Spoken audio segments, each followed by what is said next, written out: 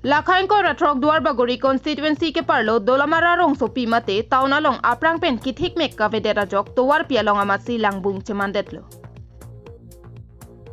Langdam pulote Rongsopi mate taun pinchong che aprang pensi bangso Rongsopi along kopi ko son pensi ke klemponang jima lapen towara krong pen danglok lang ke palia dongdo ansatami town and country planning a hin pen siding ponang jia potlo. Bonta Dolamara Rongsopi phanabangke thangnat kamatha mek ka vedet penajok non bangki langkili jia towar anta avedet khangjanglo. Bangso Dolamara phan Rongsopi puke hokpon detlo. Bonta non puanta Rongsopi arlo towar kase marke misen ka vedera jok towar pialong amatsi lang ok chupang reng miset ana lang teng cheplang detlo. La so jok rada tuma bangki kachileng akisung nang dokoklo.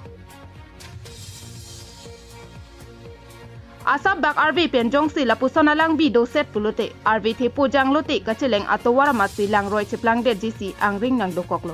Non hejong kidamtang MP election aprang duar baguri MLE numal momin ke bang ahut towar ka bia puthak pherang ke atuma phan ke thaka bangke Dolamara angkang atowar ke scheme pilaplo. Lahai ke nangkar junang jialam avelo pusi thak tekanglo. Bonta nona pora bangke Dolamara town along amatsi ko ansi ki miloma la soang theka bangke thek pronglo.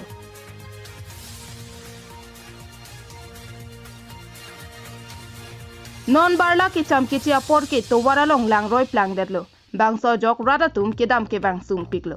Lasi MLE numal momen kaning jalam ko ana hoklo. Lapen non pudam mimilo. Dolamara angkang along towara scheme ke pilaplo pulote non ke contractor atum tong adai doloma mate ke AC pen tong ki pipelo mapusi rada tum che thanpon rintilo.